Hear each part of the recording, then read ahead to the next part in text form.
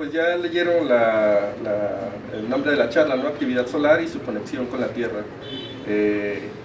Bueno, esta es... bueno,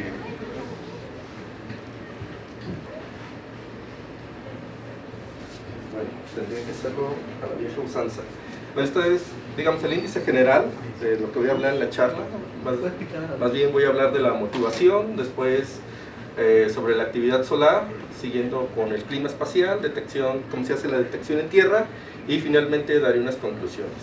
Bueno, como motivación, pues básicamente las charlas que se imparten aquí es para la sociedad en general y básicamente para los alumnos. Entonces, digamos, la motivación principal sería esa, el extender la ciencia o acercar la ciencia al público en general y principalmente a los alumnos para que se acerquen y contribuyan si es que están interesados.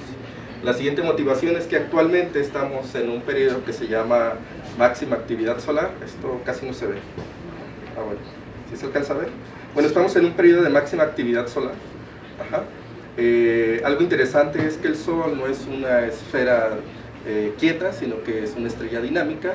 Entonces, en esa parte dinámica del Sol, pues hay varios factores que, digamos, en la ciencia nosotros lo llamamos como periodo de actividad solar. Actualmente estamos más o menos aquí, esto no se ve, más o menos aquí en el 2025, por aquí. Entonces estamos en un periodo de máxima actividad solar. Y la idea es platicarles a grandes rasgos en qué consiste la actividad solar y cuál es su impacto sobre la Tierra. Bueno, voy a comenzar con una pequeña historia. Bueno, la historia es la siguiente, en términos generales, lo que les voy a hablar. Este es el Sol, como lo conocemos, esto es un color falso. Básicamente lo que estamos viendo es la atmósfera del Sol. Esto se conoce como granulación. Estas regiones oscuras son manchas solares y aquí estos abrillantamientos tienen que ver con regiones activas. Bueno, la historia comienza así. El Sol básicamente es una estrella dinámica y en esa configuración dinámica pues hay eventos de interés que principalmente son los que me interesan a mí, o por lo menos en mi área de interés. Los principales fenómenos que ocurren en el Sol son dos. Son estas que se conocen como ráfagas solares. Estos se ven en el óptico como abrillantamientos. Básicamente es aceleración de partículas. El otro tipo de eventos de interés son estos, las eyecciones de masa coronal.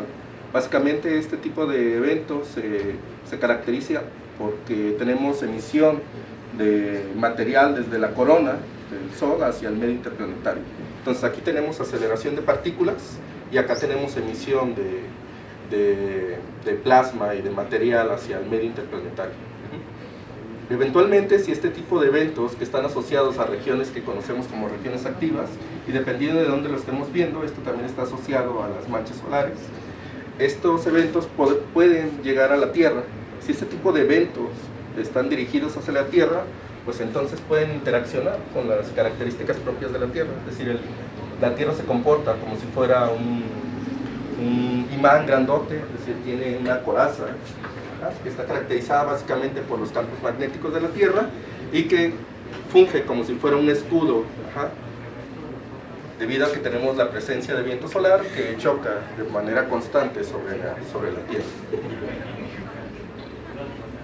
Eventualmente, si este tipo de eventos, como las eyecciones de masa coronal o las ráfagas solares, llegan a la Tierra, pues lo que va a suceder es que esta configuración se va a ver deformada, es decir,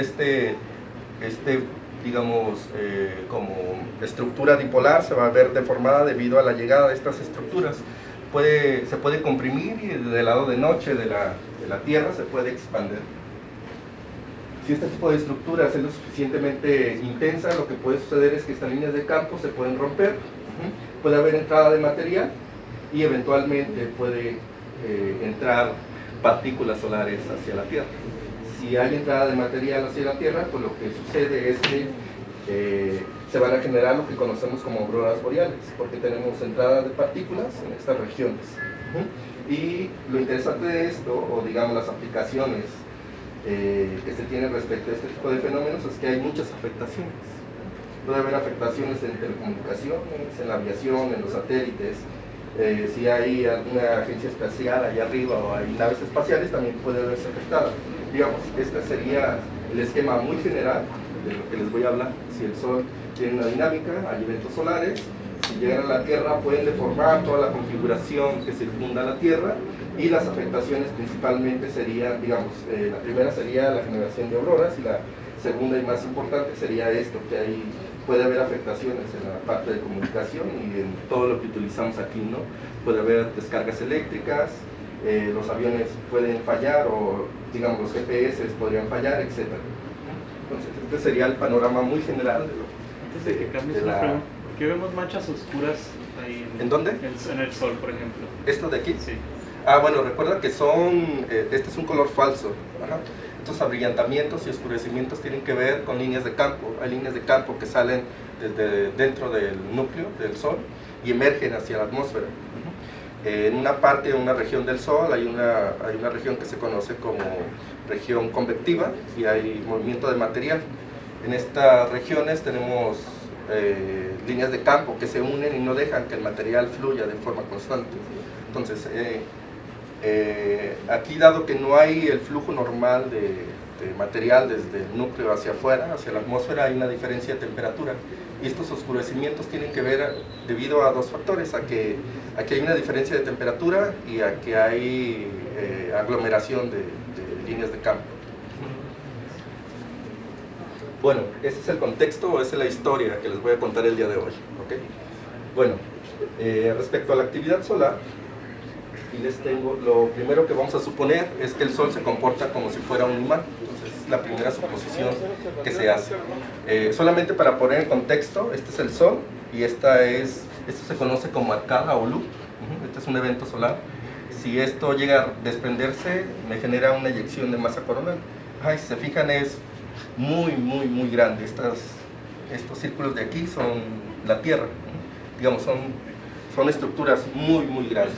Sí. No te escuchamos acá atrás, no se escucha. Ah, perdón, ¿qué hago? Un poquito más fuerte. Es lo máximo que puedo hablar. Voy a intentar hablar más fuerte. Okay. Bueno, regresando al Sol, el Sol lo podemos ver como si fuera una cebolla estratificada, y las principales regiones del Sol son de esta forma, comenzando por el núcleo. Después viene la zona radiactiva o radiactiva, después la zona convectiva, donde ya tenemos movimiento de material, y esto se debe a la diferencia de temperatura y de presión que hay en el Sol. Después viene, bueno, aquí tenemos una región de transición entre la zona radiactiva y la zona convectiva, que se conoce como tacoclina. Es una región de transición. Después viene la fotosfera, después la cromosfera, hay una región de transición, y después la corona.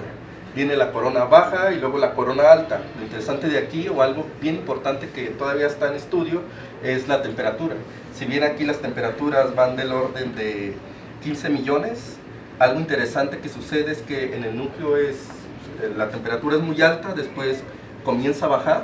Hay una región en la cromosfera y fotosfera donde la temperatura disminuye, y luego en la región de transición, llegando a la corona, llega hasta 1 millón de grados Kelvin. Es algo muy interesante que todavía se está estudiando. Bueno, nosotros vivimos acá. Esta es la región de la corona. Hay corona baja y corona alta, y después el medio interplanetario. Lo interesante de esto es que hay digamos, como un equilibrio de fuerzas, o hay un choque de fuerzas entre la presión dinámica y presión magnética, tanto del medio interplanetario como del Sol.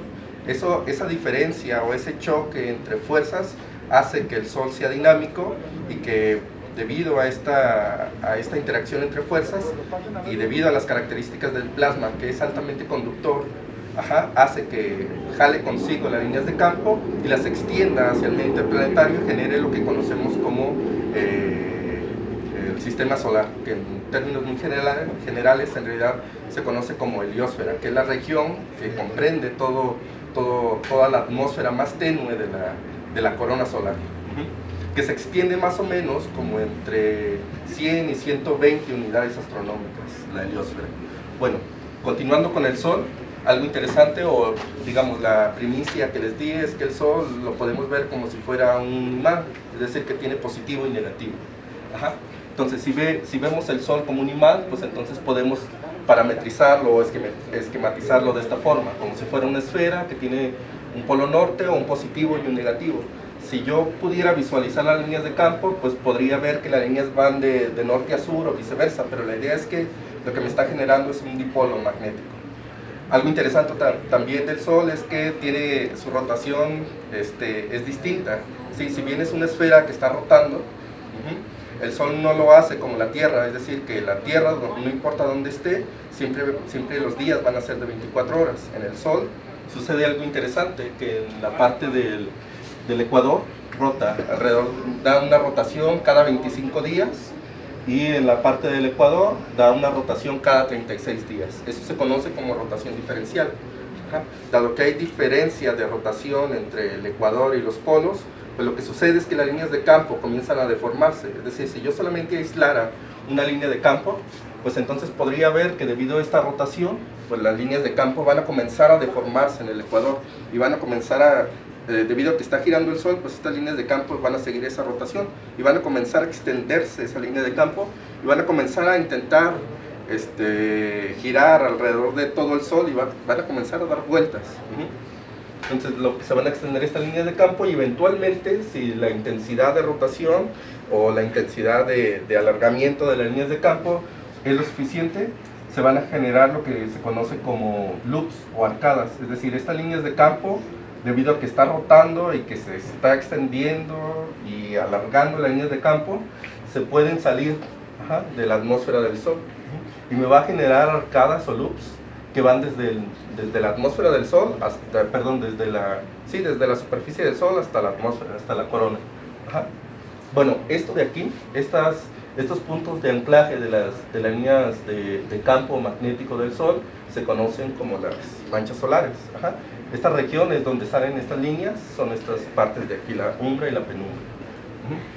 Lo interesante de las manchas solares es que siempre se dan en duplas, y esto es importante porque si se fijan, siempre las líneas de campo salen a la atmósfera y luego regresan a su posición. Entonces, siempre en la atmósfera del Sol siempre se van a ver manchas solares y siempre van a ser en duplas, es decir, siempre va a tener una parte positiva y una parte negativa, es decir, voy a tener las líneas de campo van a salir por un extremo y van a volver a ingresar a la atmósfera del Sol, digamos en algún otro sitio de la atmósfera. Y estas las vamos a encontrar principalmente en regiones ecuatoriales. Y esto es importante porque justo me lo está diciendo mi esquema, dado que la diferencia de velocidad se da casi siempre, o más bien se da en el ecuador, pues entonces la mayor cantidad de manchas solares se van a generar en el ecuador. A medida que el ciclo solar avanza o que el tiempo avanza, pues voy a tener mayor cantidad de manchas o de líneas de campo que se van a extender en el ecuador. Entonces también podría encontrar eventualmente manchas solares muy cercanas a los polos, pero la mayor cantidad de ellas las voy a tener aquí. Esta es una imagen de estas arcadas, de estos loops. Este es un color falso, pero aquí podemos visualizar de forma un poco mejor cómo es que se ven las líneas de campo que emergen desde la superficie, salen a la atmósfera y luego vuelven a entrar. Bueno, en general, digamos, la pregunta sería entonces, ¿para qué me sirven? Aparte de que me da o me describe más o menos el comportamiento del Sol, pues ¿para qué me podrían servir además de eso las manchas solares?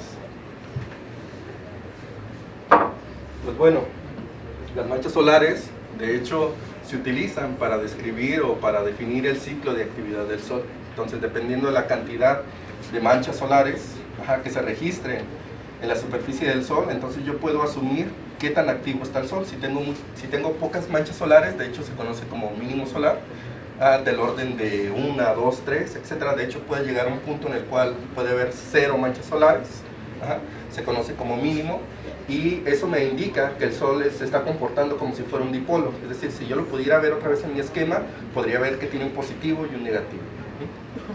A medida que la cantidad de manchas solares aumenta, esto se conoce como fase ascendente, llegando a un máximo de actividad solar o un máximo de manchas solares.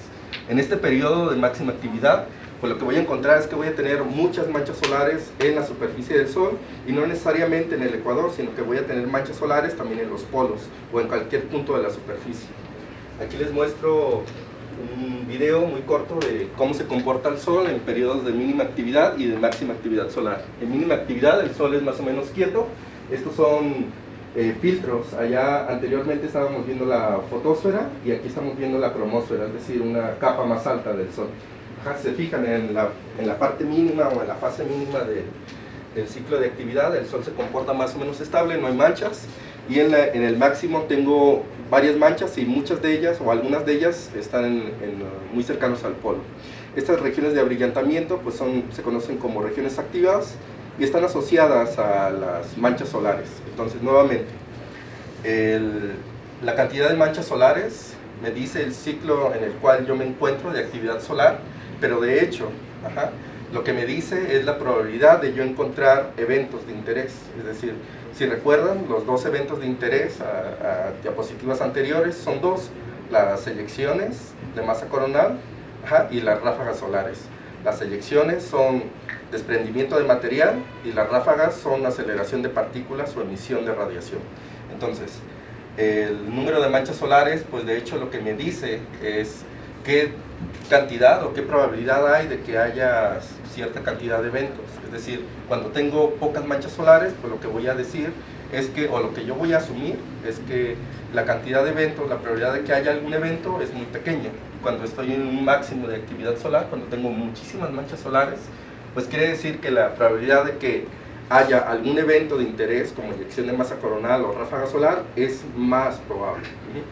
Entonces yo esperaría aquí del orden de 1 o 0 eventos, y aquí yo esperaría por lo menos del orden de 10 eventos por día, en periodos de máxima actividad. Bueno, ¿dónde estamos ahorita? En el 2025, más o menos estamos aquí. De hecho fue muy activo el 2024, un evento muy interesante, el 10 de mayo del 2024, donde se vieron auroras boreales en México. En las siguientes diapositivas les voy a hablar de eso. Pero bueno, se fijan, de hecho hubo alrededor de 200 eventos, más o menos a finales del 2024 hubo 200 eventos por día, o 200 manchas solares. Eso quiere decir que la probabilidad de que haya un evento fue muy alto, y de hecho hubo muchísimos eventos solares, hubo muchísimas ráfagas, no todas con la misma intensidad, pero hubo muchas, y también hubo muchas eyecciones de masa coronal. ¿Qué es lo que se espera? Pues de hecho esto es una simulación de qué es lo que se espera en los siguientes años. Se espera que de hecho aquí haya un incremento y después ya comience la fase descendente del ciclo de actividad. Y por allá del 2030 llegar a un mínimo de actividad solar. Entonces, algo también bien interesante aquí es que podemos hacer inferencias. Si se fijan, de hecho hay como todo un patrón, ¿no? Baja, y luego sube, y luego vuelve a bajar. Si se fijan, de hecho, más o menos los años que abarca son 11 años, y eso se conoce como ciclo de actividad solar, que va de 11 años. Algo interesante también del Sol es que cada 11 años el Sol tiene una inversión en la polaridad del campo magnético. Entonces llega un ciclo de máxima actividad solar, cambia la polaridad y luego llega un periodo de mínima actividad. Después vuelve a incrementar la actividad, cambia la polaridad y cada 22 años vuelve a la misma configuración del campo magnético. Entonces, aquí tenemos, de hecho, en el 2025 estamos en un periodo de máxima actividad, la polaridad del campo magnético es normal, y cuando comience la siguiente fase en el 2030, la polaridad del campo magnético del Sol va a estar invertida. Bueno.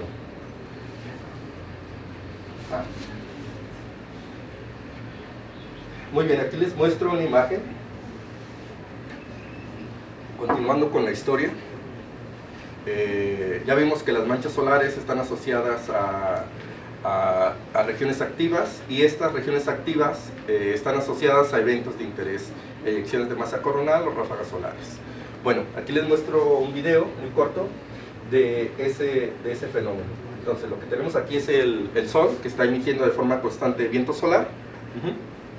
El viento solar también depende de las características del Sol. Hay viento solar rápido y viento solar lento. No me voy a meter en eso, pero la idea es que durante todo el tiempo el Sol es dinámico y está emitiendo viento solar. Bueno, aquí tenemos las líneas de campo, estamos en un periodo de fase ascendente, y tenemos líneas de campo que salen desde la parte interna hacia la atmósfera. Estas líneas de campo o estos loops pueden tener dimensiones muy grandes, pero pueden comprimirse o extraerse. Lo interesante aquí es que si eventualmente tienes condiciones adecuadas, puede haber una reconexión magnética y puede haber emisión de material hacia el medio interplanetario en forma de burbujas que se van expandiendo y que arrastran consigo campo magnético y plasma. A medida que se van propagando, se van a ir aumentando de tamaño y van a ir modulando todo el medio interplanetario, todo lo que se encuentre allá afuera. Recuerden que allá afuera es campo magnético. Eventualmente, si estas se dirigen a la Tierra, pues lo que va a suceder es que estas van a llegar, van a interaccionar y van a modular toda la dinámica de la magnetosfera terrestre.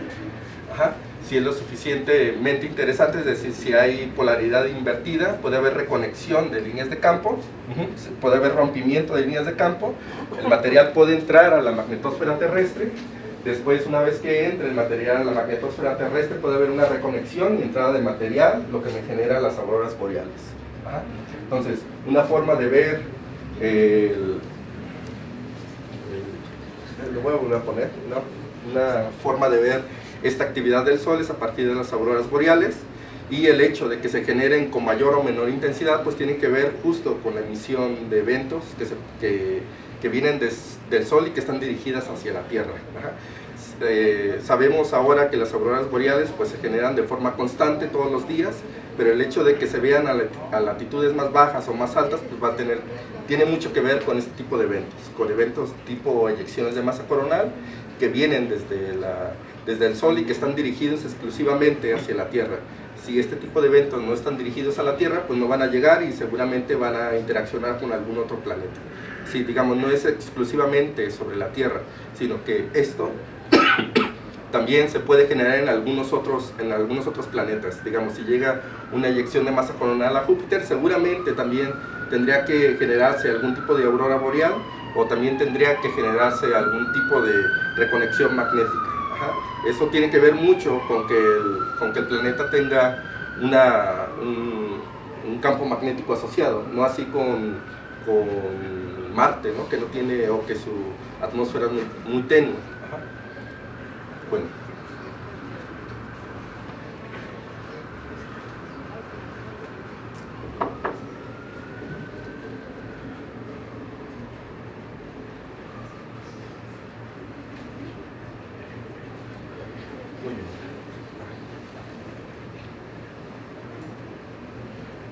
Bueno, continuando entonces con las auroras boreales, una vez que entran, bueno, ahí no termina la historia. Ahora que ya sabemos que entraron las partículas dentro de la Tierra, pues lo que va a suceder es que estas partículas van a comenzar a modular todo lo que esté acá dentro de la magnetosfera terrestre. Primeramente lo que va a suceder es que van a entrar todo el material a lo que conocemos como cinturones de Van Allen. Eso va a generar corrientes eléctricas y a su vez va a generar que partículas que están allá inmersas en esas capas de la heliosfera entren a las capas más bajas de la atmósfera de la Tierra. Principalmente las auroras boreales se dan en la región que se conoce como ionosfera, que es más o menos como entre los 50 y 500 kilómetros sobre la superficie de la Tierra. Dependiendo de la energía y dependiendo de la altura es el color de las auroras boreales. En general sabemos que a esas altitudes la mayor cantidad de partículas está compuesta por oxígeno y a latitudes más bajas por nitrógeno. Entonces, las auroras boreales, dependiendo de la interacción y de la energía, pues las vamos a ver en tonos rojizos o en tonos más azulados. Lo que sabemos es que tenemos allá arriba en las capas altas, pues tenemos núcleos de átomos, pero esos átomos están ionizados. Recuerden que estamos en la parte de la ionosfera, entonces son átomos que son más o menos estables o están en un estado estable. Cuando llegan estas partículas del Sol que tienen alta energía, pues lo que va a suceder es que las van a excitar a las partículas. Eventualmente estas van a regresar a un estado estable y en ese fenómeno de regresar a ese estado estable, lo que van a hacer es emitir radiación o emitir luminiscencia. Nosotros lo vamos a ver como luminiscencia en forma de color. Si se da en las capas altas, más o menos como a los 250 o 300 kilómetros, pues lo vamos a ver en colores rojizos. Si esta interacción se da a regiones más bajas, como entre los 60 y 100 kilómetros, pues vamos a ver las auroras boreales más o menos de este color, colores azulados, colores claros. Esta es una simulación de un evento, del evento del 10 de mayo del 2004, bueno, del año anterior. Esto es del NOAA, del Space Weather Prediction Center. Ajá. Y esto es como se vio, de hecho fue muy interesante. Ahorita en un momento les muestro bien el evento, pero lo interesante es que, se fijan, este evento fue tan grande, de hecho hubo varias eyecciones de masa coronal que llegaron de forma simultánea, generaron auroras boreales y se vieron a latitudes muy bajas. Casi siempre este tipo de eventos se ven a latitudes muy cercanas al polo, más o menos por aquí. Pero fue tan grande que se llegó a ver a latitudes muy medias, digamos, por aquí en Estados Unidos, y de hecho desde México se alcanzó a ver las auroras boreales. Si recuerdan, en México, en los noticieros y demás, reportaban que las auroras boreales se veían como en tonos rojizos. Es decir, nosotros estábamos viendo las auroras boreales que vimos en México el año pasado no sucedieron en nuestras cabezas, sino que se vieron por acá arriba, pero debido a la curvatura, etcétera, de la Tierra, pues es que nosotros vimos la perspectiva de las auroras a lo lejos. Bueno, hay toda una clasificación de las auroras boreales, dependiendo de la cantidad de material que entra a la Tierra. Si entra mucho material, si las eyecciones de masa coronal son muy grandes, si hay mucha entrada de material, pues entonces lo que va a suceder es que me va a generar corrientes eléctricas. Y esas corrientes, pues de hecho, se pueden clasificar, es decir, unas pequeñas o muy grandes o extremas, dependiendo de la cantidad de material que me genere. Eso sería, en términos de campos eléctricos, y en términos de luminiscencia serían las auroras boreales. Bueno, ¿cómo lo detectamos en tierra todo esto? Creo que la historia más o menos ya la concluí. Desde que tenemos el Sol, hay eventos solares, viajan a través del medio interplanetario, y estos pueden interaccionar con la Tierra y me pueden generar varios eventos, entre ellos las auroras boreales. Bueno, ¿cómo se detecta aquí en tierra? Pues, bueno, hay muchas formas de detectarlo, hay muchos dispositivos especiales, pero en lo personal mi objeto de estudio son los rayos cósmicos. Entonces, para mí, o por lo menos yo, ¿cómo estudio esto que ahora se conoce como clima espacial? Pues lo estudio a partir de los rayos cósmicos. ¿Qué son los rayos cósmicos? Pues básicamente son partículas cargadas, principalmente protones y electrones, y en menor medida núcleos de átomos más pesados. Históricamente también se conocía los rayos gamma como rayos cósmicos, pero bueno, ahora ya tienen su propia clasificación. Bueno, se ha encontrado que hay una anticorrelación entre el número de manchas solares y el flujo de rayos cósmicos. Entonces, una forma de poder estudiar estos eventos solares y este clima espacial es a partir del flujo de rayos cósmicos. Entonces, si se fijan, cuando tengo mayor cantidad de manchas solares, es decir, cuando estoy en periodos de máxima actividad solar, pues lo que se tiene es menor flujo de partículas cargadas, o menor flujo de rayos cósmicos. Entonces, aquí tenemos, esto también se conoce como sol quieto o periodo de mínima actividad solar, sol activo. Tengo mayor cantidad de manchas solares y menor cantidad de flujo de rayos cósmicos. Y esto es importante porque, digamos, son partículas cargadas que tienen una energía asociada. Cuando llegan esto es la heliosfera, es la región comprendida por nuestro sistema solar o por el campo magnético. Llegan a la Tierra desde todas direcciones en un amplio intervalo de energía. Pueden ir desde el orden de MB, es decir, por 10 a la 6 hasta 10 a la 20, son rayos cósmicos extragalácticos. Entonces llegan desde todas direcciones, pero lo que sí sabemos es que pueden ser modulados debido a la presencia de eventos solares. Si hay eventos solares, pues lo que va a suceder es que puede haber eyecciones de masa coronal que se propaguen a través del medio interplanetario. Dado que estos son partículas cargadas, pues pueden interaccionar, y entonces esto funge como si fuera una barredora, es decir, es una estructura magnética que se va propagando y que no deja el libre paso de rayos cósmicos. Debido a que estas son estructuras magnéticas y los rayos cósmicos son partículas cargadas, pues van a comenzar a interaccionar, y solamente aquellas que tengan mucha energía van a poder pasar o van a poder cruzar esta estructura magnética, esta eyección de masa coronal, y van a poder llegar a la Tierra. Si su energía no es suficiente, pues entonces van a ser moduladas o van a ser detenidas por esta estructura. Entonces, si tengo un máximo de actividad solar, tengo muchos eventos, y entonces los rayos cósmicos pueden ser mayormente modulados. Okay. Bueno, entonces así es como lo estudio. Esta es una representación muy esquemática de una eyección de masa coronal y sus características. Ajá. Hay varios tipos, pero esta es la más aceptada, un tipo croissant, es un cuernito. Ajá. Entonces es una estructura que va viajando a través del medio interplanetario, que tiene velocidades que van del orden de 100 kilómetros, bueno, pueden variar. Ajá.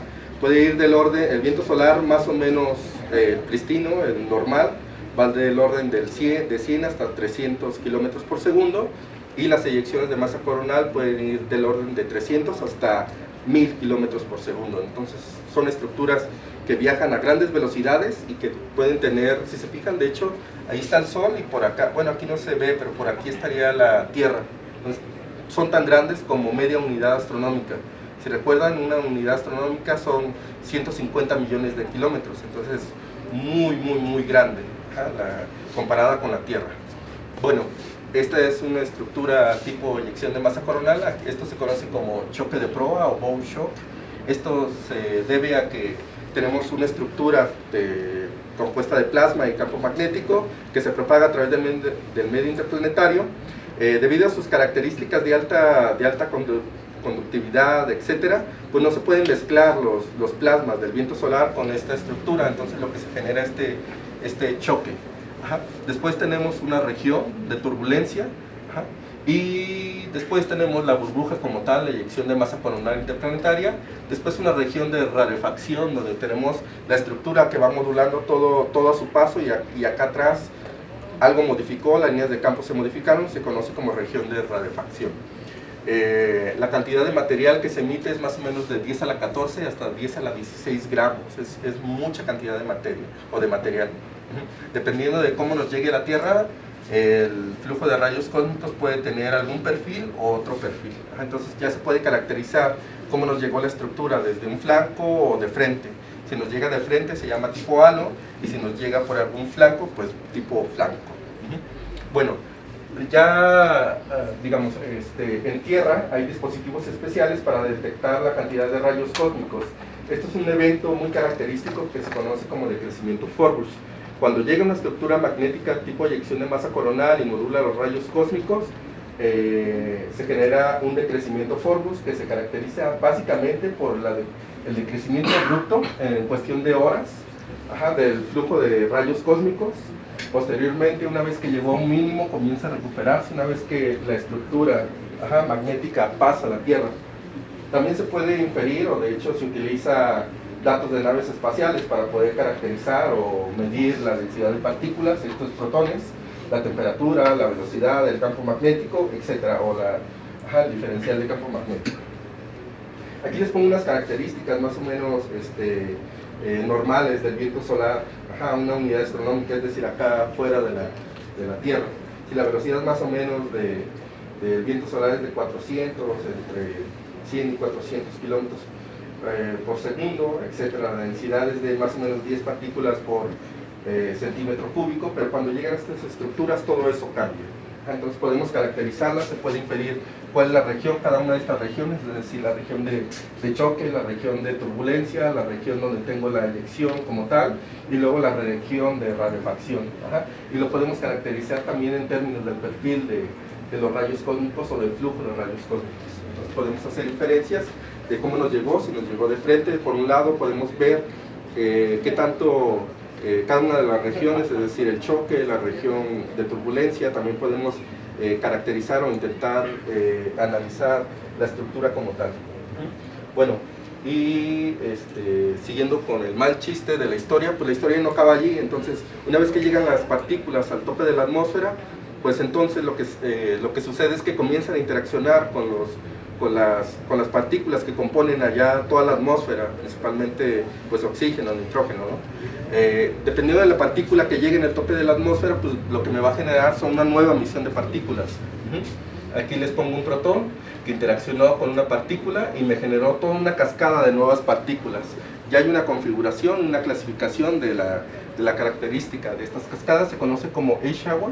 Hay una región muónica, hadrónica o electromagnética, dependiendo de la característica de las partículas primarias que me generen estas A-shower.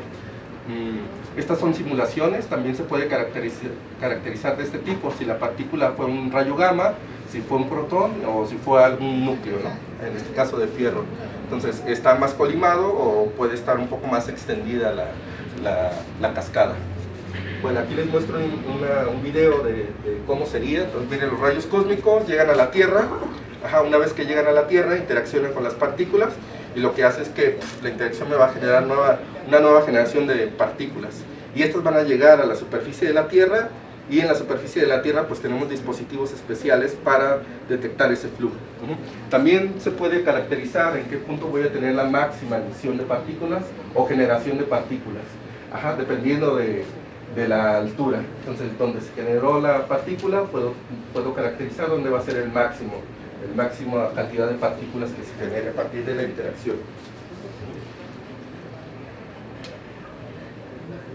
Bueno, en la superficie de la Tierra, ya les comenté, hay dispositivos especiales, hay toda una red de monitores en todo el mundo. Personalmente yo utilizo estos tres, hay de muchos tipos, pero estos son los que yo utilizo. Este de aquí es el monitor de neutrones de la Ciudad de México, este está en veterinaria, no sé por qué está ahí. Es tecnología arcaica, fue heredado a la ciudad universitaria en los 80s, pero esto era tecnología de la Segunda Guerra Mundial.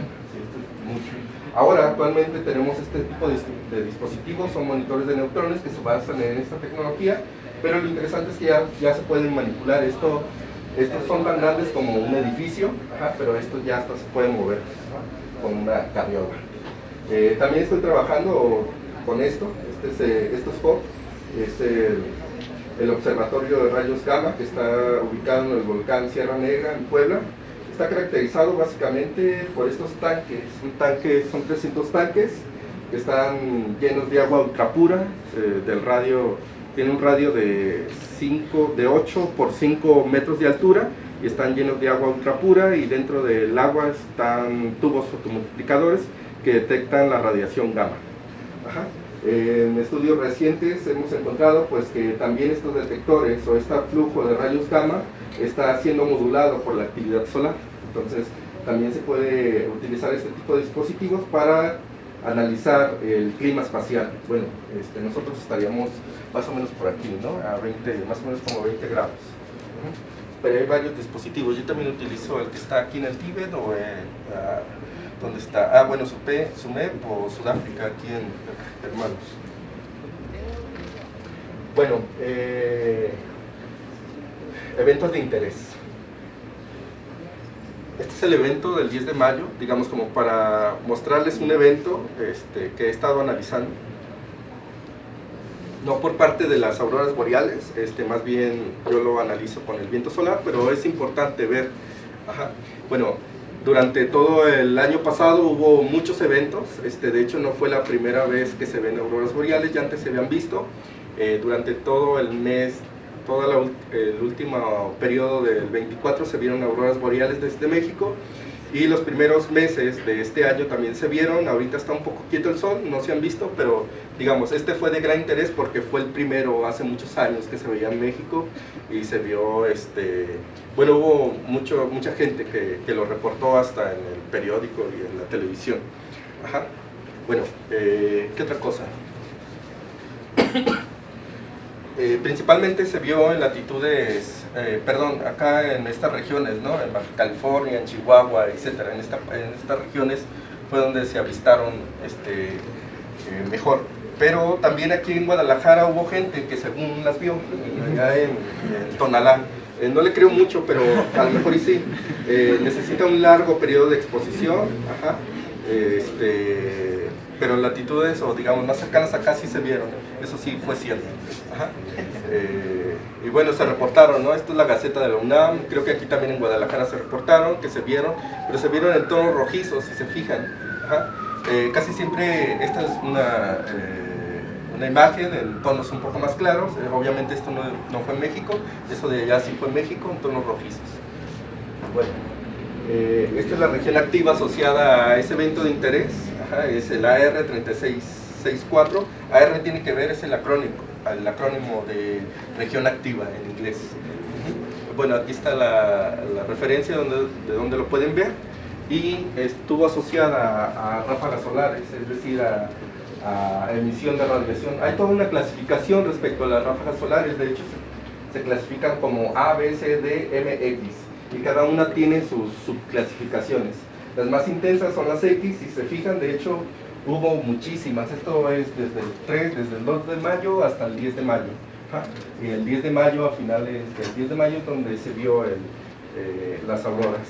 Entonces, se fijan, desde inicios de mayo se comenzaron a ver, hubo mucha actividad del sol, y de hecho toda la actividad o emisiones de radiación fueron muy grandes. Este es en el óptico y bueno, esta es la fotosfera, perdón, esta es la fotosfera, son las regiones activas y las manchas solares asociadas a las regiones activas. Esta es la región de interés y nosotros, o por lo menos yo estoy analicé el evento de este tipo. Tenemos aquí los parámetros del viento solar, y lo que hacemos es básicamente analizar el comportamiento o el perfil de los componentes del viento solar. Ya estoy, digamos, más o menos entrenado para ver este tipo de eventos, pero lo que se busca es regiones donde tenemos incrementos súbitos, es decir, se fija más o menos, el comportamiento fue más o menos estable y después hubo un incremento. Eso quiere decir que hubo alguna estructura que tenía un campo magnético muy alto y que llegó a la Tierra. Esto lo podemos corroborar también con la velocidad. Tenemos el viento solar más o menos estable y de repente tenemos una estructura que llega con una velocidad muy alta, alrededor de 700 kilómetros por segundo. Y se fijan, de hecho aquí tengo varios brincos, tengo uno, tengo otro aquí y otro acá. Ese evento fue de mucho interés debido a que se fijan, hay 1, 2, 3, 4, 5. Es un tren de eyecciones de masa coronal que sucedieron más o menos en periodos de tiempo corto y que tenían diferentes velocidades y que a medida que se propagaron por el medio, unas alcanzaron a las otras y entonces hubo una compresión de eventos y toda esa compresión de eventos llegaron a la Tierra. ¿Qué más? Pero no queda ahí, ese evento pues hubo emisión de radiación.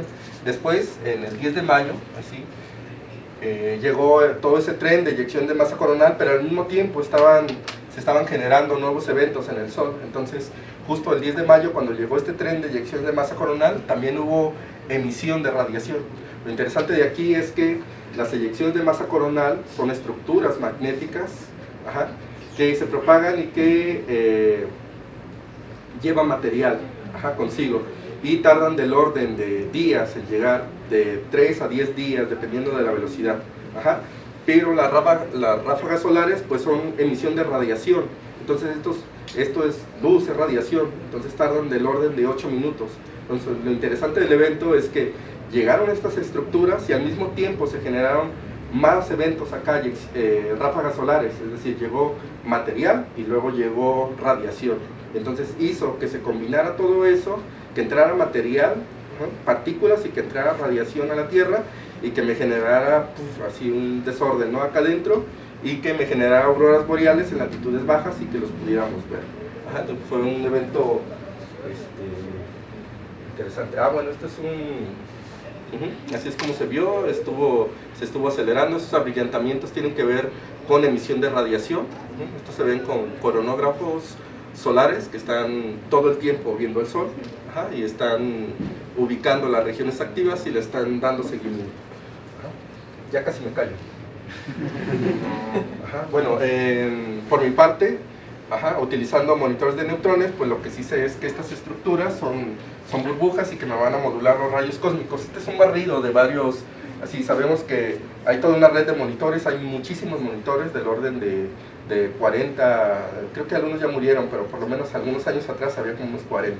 Ahorita ya no los he contado, pero digamos, este es un barrido de varios monitores de neutrones, principalmente este de la Ciudad de México, y aquí tenemos Oulu, que está en Finlandia, que está muy cercano al polo. Bueno, si se fijan, todos los monitores que están en distintas latitudes, pues vieron esta caída de rayos cósmicos. Entonces lo que me está diciendo es que sí, efectivamente, hubo algo, una estructura que llegó y moduló de forma paulatina o de forma abrupta el flujo de rayos cósmicos y se detectaron en todos los monitores, o por lo menos en todas las latitudes de la Tierra. Entonces podemos ver, se fijan, de hecho fue tan grande, este es más o menos el comportamiento medio, hubo una caída y después se espera que haya una recuperación una vez que pasa la estructura magnética, pero después ¿de cuántos? De 6 días que llegó todavía no se recuperaba. De hecho este evento fue tan grande que tardó del orden de mes y medio en recuperarse otra vez. Entonces son eventos que pueden durar muchísimo. Bueno, ¿de qué otra forma se puede analizar? Pues con detecciones. Ya les había dicho que cuando entran partículas, para que me generen las auroras boreales, pues lo que llegan es que, llegan y se almacenan, por decirlo de alguna forma, en los cinturones de Van Allen. El problema es que cuando llegan ahí, van a modificar toda la dinámica que hay dentro de estos cinturones, y me van a generar corrientes eléctricas, que se conoce como corrientes ecuatoriales, y pues se estudian de esta forma. Hay un índice que se llama índice K, se utiliza para caracterizar la magnitud de las tormentas geomagnéticas. Esta modulación o esta generación de corrientes eléctricas se conoce como tormenta geomagnética, es decir, me está modulando toda la estructura magnética de la heliosfera, de la magnetosfera, y me están también modificando la configuración de los cinturones de Van Allen, me está acelerando partículas, y está haciendo que otras partículas entren a las capas altas de la atmósfera y que interaccionen con las partículas y me generen las auroras boreales. Bueno, ¿qué fue lo que pasó? Pues más o menos se comportaba de más o menos moderado, ¿no? Y después del 10, cuando llegó a esta estructura, pues encontramos que hubo eventos ya muy grandes, más o menos severos. También hay otro tipo de índices que se llama índice DST, da la medida de la variación del campo magnético debido al anillo de corriente ecuatorial, es decir, a esos cinturones. No voy a meter en detalles, básicamente por triangulaciones que se calcula este índice. Hay 4 estaciones principales. Ahorita solamente por mencionar unas, está uno en Hawái, el otro en Hermanus en Sudáfrica, y se calculan promedios de la intensidad del campo magnético, se hacen las triangulaciones y se calcula este índice de DST. Para este evento, de hecho, se fijan, tiene un decremento de menos 400, también no me voy a meter en detalles técnicos, pero recuerden este número para ese evento, porque mucha gente estuvo pensando que se iba a acabar el mundo, porque fue un evento muy muy grande. Bueno, eventos históricos, es importante contextualizarlo con eventos históricos porque no ha sido el evento más grande que ha sucedido. En el histórico ha habido eventos, por lo menos 3, el evento de Halloween en el 2023, el de la Bastilla en el 89, y el evento más interesante o que se ha reportado es el evento Carrington, que fue en 1859. Él es Carrington, él hizo este dibujo esta es la región activa, la mancha solar asociada que generó ese evento, y aquí está una imagen.